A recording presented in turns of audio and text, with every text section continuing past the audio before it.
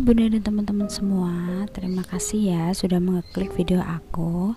Kali ini aku akan sharing budgeting untuk bulan Juli Agustus. Karena Pak suami tim gajian di akhir bulan, jadi aku tulis Juli dan Agustus.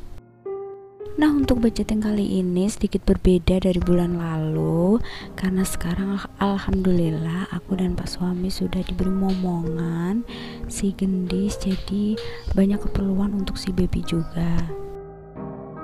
Nah, seperti biasanya sebelum aku mulai budgeting, aku bakal bikin groceries list, tapi udah aku bikin di kemarin ya, hari kemarin. Jadi di sini aku tinggal bikin budgetingnya.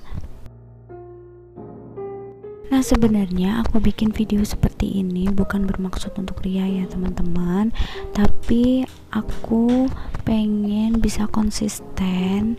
Jadi mau tidak mau aku harus bikin seperti ini biar ada planning ke depannya begitu.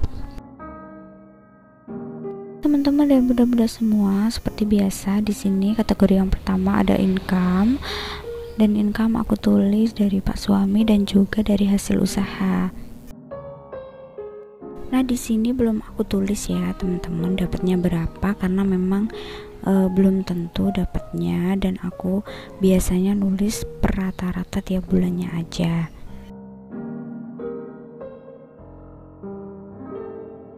Oke, kategori selanjutnya yaitu bagian kewajiban, karena aku masih ada cicilan dan juga masih kuliah. Jadi aku tulis di situ kewajiban terlebih dahulu. Nah, untuk bagian kuliah aku anggarkan 500.000 untuk setiap bulannya.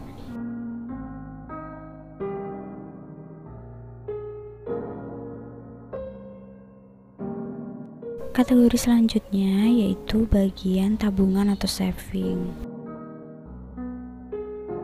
Nah, untuk tabungan ini ya teman-teman, aku usahakan untuk selalu nabung walaupun nominalnya kecil, karena aku percaya nantinya akan jadi banyak kalau kita konsisten.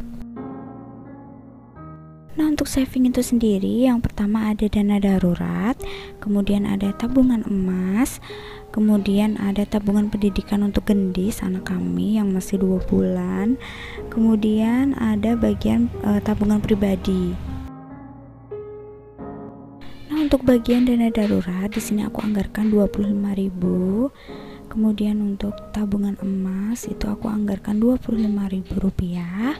Kemudian untuk tabungan pendidikan gendis itu aku anggarkan 300.000 setiap bulan dan sudah auto debit di ATM-nya Pak suami. Kemudian untuk pribadi, tabungan pribadi aku anggarkan Rp25.000. Nah, gimana nih untuk bunda dan teman-teman semua, gimana cara budgetingnya? Apakah dengan cara presentase ataukah sama dengan aku seperti ini? Jangan lupa ya sharing di kolom komentar. Oke, bunda dan teman-teman semua, di sini kategori yang keempat itu ada bagian sinking funds. Nah, untuk bulan ini aku bakalan boost ke bagian traveling, karena di akhir tahun aku ada acara ingin banget traveling gitu. Jadi aku anggarkan lebih banyak di bagian, untuk bagian sinking fund ini itu yang sudah pasti ya teman-teman. Yang pertama itu aku ada pajak motor. Biasanya setiap bulan aku anggarkan Rp25.000.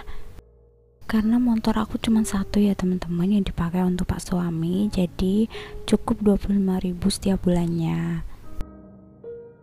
Nah, selanjutnya setelah pajak motor itu ada sinking fund untuk Idul Fitri. Nah, di Idul Fitri ini khusus untuk beli baju baru ya, karena untuk bagian THR sudah dapat dari Pak suami dari tempat kerja. Kemudian yang ketiga adalah traveling.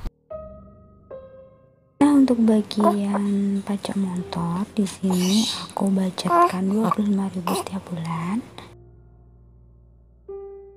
Kemudian untuk bagian Idul Fitri aku budgetkan 25.000. Untuk bagian traveling aku budgetkan Rp250.000. Masuk ke bagian pengeluaran, aku selalu catat untuk bagian kewajiban, tabungan maupun sinking fund terlebih dahulu.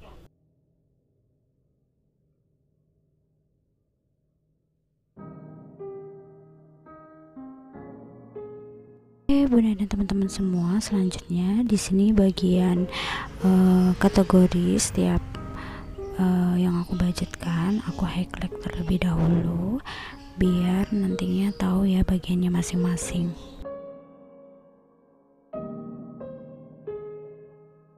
Oke, selanjutnya kita masuk ke bagian pengeluaran.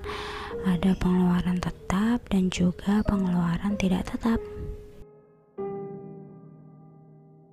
Nah, untuk pengeluaran tetap itu jumlahnya tetap untuk setiap bulannya ya teman-teman, jadi nggak perlu aktualnya berapa dan balance-nya berapa, jadi sudah pasti segitu setiap bulan.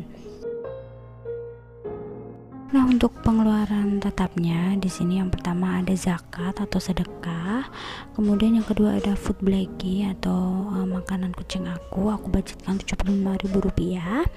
Kemudian ada bagian tagihan wifi, nah itu aku budgetkan 670 karena ada 2 tempat dan aku jadikan bisnis ya teman-teman untuk satu tempatnya. Kemudian ada bensin untuk Pak suami, setiap bulannya selalu aku kasih 500.000 dan itu udah sama uang sakunya Pak suami. Selanjutnya ada arisan 100.000, kemudian BPJS 150.000 dan keperluan gendis ini 100.000, jadi ini di luar pampers ya teman-teman. Biasanya kalau untuk keperluan pampers sendiri itu berkisar 200 sampai 250.000 setiap bulannya. Itu biasanya dibeliin sama Pak suami, jadi nggak aku budgetin. Oke, selanjutnya untuk pengeluaran tidak tetap, di sini aku bikin tabel karena nantinya bakal ada aktualnya berapa dan kemudian balance-nya berapa. Jadi di sini aku bikin tabel biar enak evaluasi di akhir bulan. Di pengeluaran tidak tetap ini ada belanja bulanan, jadi aku tidak belanja mingguan ya teman-teman karena itu udah orang tua aku, jadi aku yang belanja bulanan. Nah, di sini aku budgetkan 150.000, kemudian untuk uang jajannya 20.000 dan untuk biaya listrik itu 100.000 rupiah.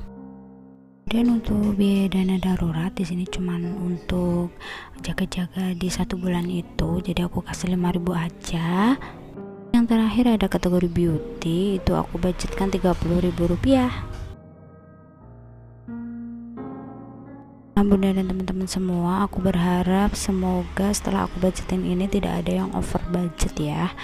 Jadi gunanya untuk budgeting ya biar nggak over, karena aku pengennya nanti ada sisa jadi bisa ditabung. Nah, jikalau nanti tidak ada sisa ya tidak apa-apa, yang terpenting sudah terpenuhi semua kebutuhan dalam 1 bulan. Dan teman-teman semua, aku tuh seneng banget budgeting seperti ini karena menurut aku ini wajib banget biar bisa nabung lebih banyak lagi dan bisa memenuhi semua kewajiban dan tanggungan di 1 bulan penuh itu. Bunda dan teman-teman semua, itu aja yang bisa aku sharing kali ini. Terima kasih ya sudah mengikuti video aku, dan jangan lupa untuk mengikuti video aku yang lainnya juga. Bye bye.